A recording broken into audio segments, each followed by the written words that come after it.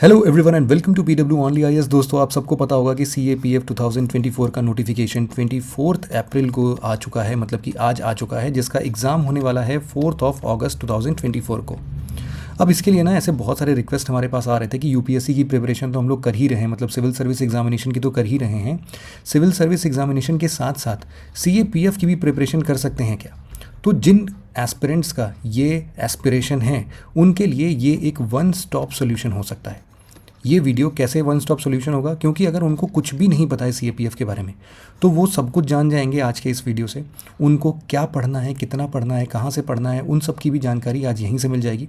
सबसे पहले हम लोग वीडियो की शुरुआत करेंगे एलिजिबिलिटी क्राइटेरिया को बता के। इसके बाद फॉर्म में कैसे भरना है, कौन कौन से पेपर्स होते हैं इसके अंदर में, आपको कौन कौन से सब्जेक्ट्स पढ़ने हैं इसके लिए, सब्जेक्ट्स के जो प्रेस्क्राइब्ड सिलेबस हैं उनके बारे में डिस्कस करेंगे। इन सिलेबस के जितने भी डिफरेंट टॉपिक्स हैं उन टॉपिक्स का वेटेज यहाँ पर यूपीएससी कितना रखता है। एट द सेम टाइम इस वेटेज के बेसिस पर क्या कोई बुक लिस्ट है जिसको कि हमें फॉलो करना चाहिए। इस बुक लिस्ट के बेसिस पर हम लोग ये भी समझने की कोशिश करेंगे क्या कोई वीडियो या फिर वीडियो लिंक्स ऐसे यहाँ पर मिल सकती है क्या हमें, जिसको कि हम लोग पढ़ के या फिर उसको देख के हम लोग अपने इस बुक लिस्ट को आराम से क्लियर कर सकते हैं, या फिर बुक लिस्ट को अवॉइड कर सकते हैं, सिर्फ वीडियो देख के भी काम चल सकता है।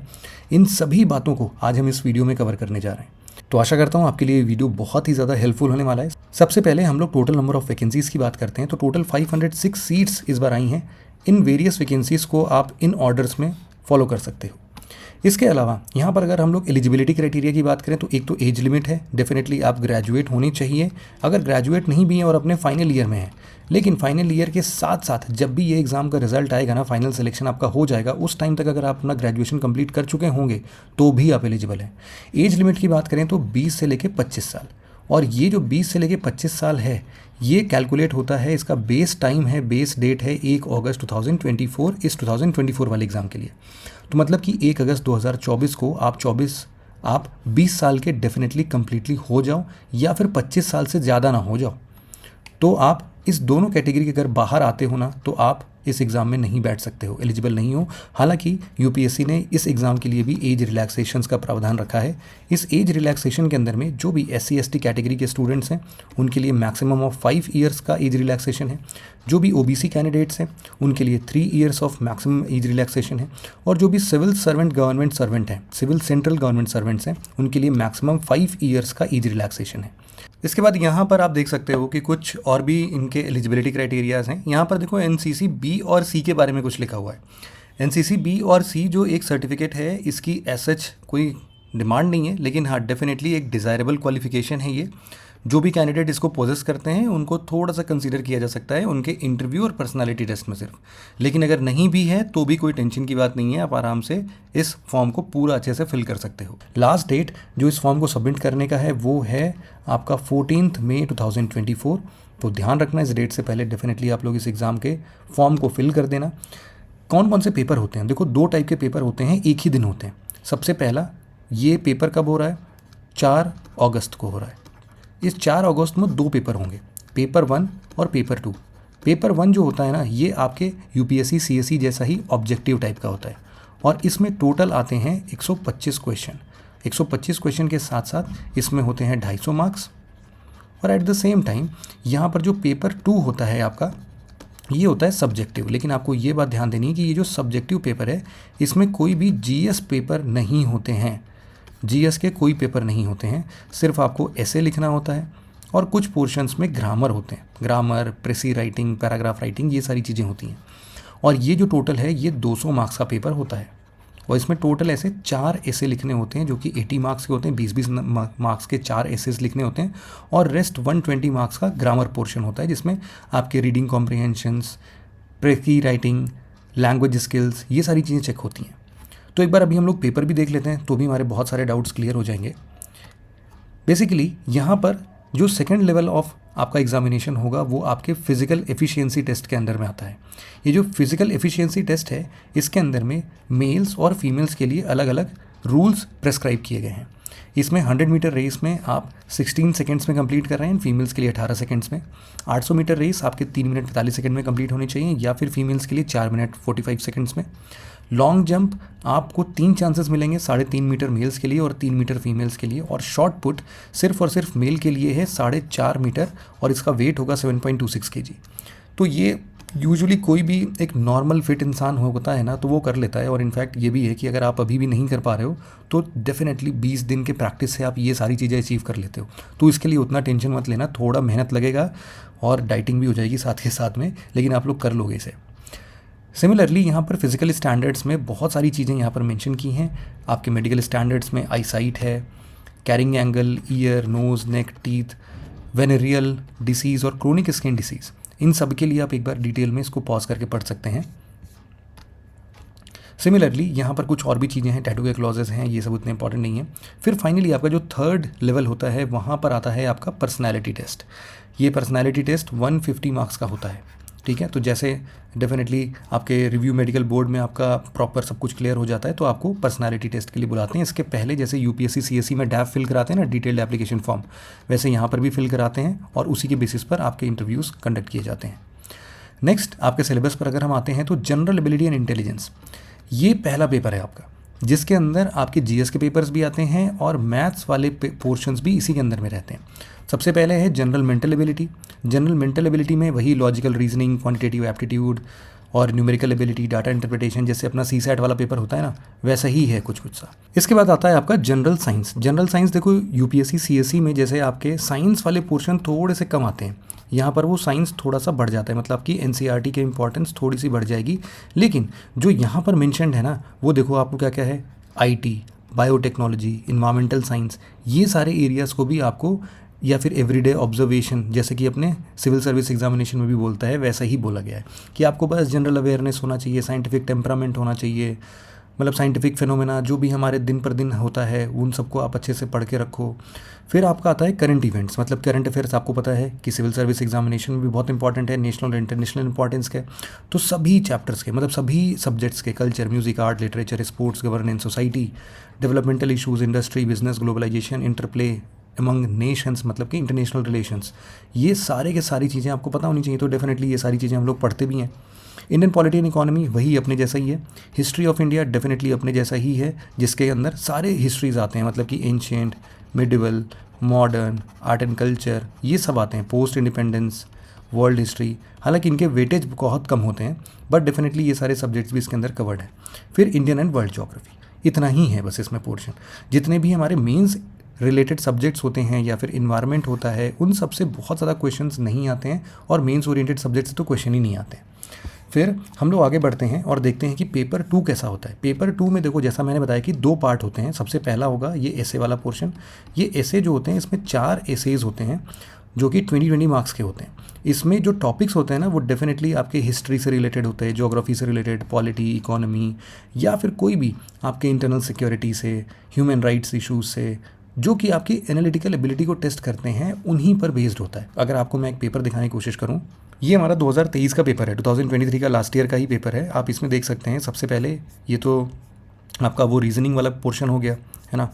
इसमें आप देख सकते हैं बहुत सारे क्वेश्चंस आपको डेफिनेटली अभी ही आप लगा सकते होगे अगर आप यूपीएससी सीएससी की तैयारी कर रहे हो। जैसे कि साइंस का ये क्वेश्चन देखो, which organelle other than nucleus in eukaryotic cell has its own DNA, ribosomes and protein. बताओ कितना सरल क्वेश्चन है ना, हम लोगों ने कितनी बार इस चीज़ को डिस्कस किया है। और इसी तरीके से बहुत ईजी क्वेश्चंस आते हैं इसमें। और ज्योग्राफी के क्वेश्चन देख लो कि परमीबल रॉक कौन सा है, वाटर को कौन पास करने देता है, बायोगैस के बारे में क्वेश्चन है, ओजोन लेयर के बारे में क्वेश्चन है। ऐसे ही सिंपल क्वेश्चंस ही आते हैं। और बस इसमें एक चीज़ का ध्यान देना कि जो आपके सीसैट वाला पोर्शन है ना, मैथ्स वाला पोर्शन, उसमें आपका ट्रिग्नोमेट्री भी आता है। अगर हिस्ट्री के भी क्वेश्चंस देख लो तो वही सेम चीज़ है, एचिसन कमीशन, आइलिंगटन कमीशन, ली राधाकृष्णन कमीशन, यहाँ पर भी मतलब क्वेश्चंस आपको ना हमेशा ईजी दिखेंगे। ग्राफीन और फुलरीन, ग्राफाइट, इन सब के बारे में है। यहाँ पर आप देख सकते हो कौन कौन से करेक्ट नहीं हैं। मॉडर्न हिस्ट्री के क्वेश्चंस, मतलब आप क्वेश्चंस डेफिनेटली देखते रहना। बस मैं आपको यहाँ पर एक चीज़ दिखाना चाहता हूँ, जैसे ये क्वेश्चन देखना, a simple harmonic motion of a particle is represented as y = 10 cos WT10। अब ये थोड़ा सा एक पोर्शन है जो कि आपको हल्का सा अलग पढ़ना पड़ेगा, बट डेफिनेटली इसके बहुत सारे क्वेश्चन आते नहीं, 1 या 2 क्वेश्चन आते हैं, तो इतना कुछ बड़ा लोड नहीं है इसके लिए। तो ये आप लोग डेफिनेटली इसको कंप्लीट कर सकते हो। तो ये आपका पेपर 1 है। टोटल 125 क्वेश्चन आते हैं इसमें। 1 सॉरी 250 मार्क्स के। तो ये तो हो गया आपका कौन सा पेपर, पेपर 1। अगर हम लोग इसी तरीके से पेपर 2 की बात करें तो यहाँ पे मैं आपको ना 2022 का पेपर 2 दिखा रहा हूँ। सबसे पहले देखना कि सेक्शन 1 जो हम लोग बोल रहे थे 80 मार्क्स का, इनमें से किसी पर भी 4 ऐसे लिखने हैं। The campaign to save the endangered species, how can be done, what can be done to stop wars, the emerging presence of women in Indian armed forces, price rise, causes and effect, synthesis of Eastern wisdom and Western science, Indian armed forces are a combination of strategic thinking and timely action। तो आप देख सकते हो कि थोड़ा सा CAPF की तरफ ओरिएंटेड एसेज आते हैं, लेकिन डेफिनेटली हम लोग इसको अपने इंटरनल सिक्योरिटी वाले पोर्शन में कंप्लीट कर लेते हैं। अब यहाँ पर देखो, अब ये सारे क्वेश्चंस आ रहे हैं कि फॉर और अगेंस्ट में कुछ लिखने हैं आपको इन 2 टॉपिक्स पर, वीडियो गेम्स के बारे में, UN के बारे में। सिमिलरली 200 वर्ड्स यहाँ पर कुछ रिपोर्ट्स आपको लिखने हैं, evidence of fellow feeling during the कोविड-19 और green energy progress in India. यहाँ पर प्रेसी राइटिंग भी आ गया। फिर इसके बाद यहाँ पर आप देखो पैसेज, और इस पैसेज के बेसिस पर ये 5 क्वेश्चंस आपसे पूछे गए हैं। फिर सिमिलरली कुछ सेंटेंस को रीराइट करने के लिए है, कुछ उनके कंडीशंस लिखे हुए हैं जो कि आपको यहाँ पर करना है। फिर कुछ ग्रामेटिकल पोर्शंस यहाँ पर वापस से आते हैं। तो ये पेपर भी ईजी है ना।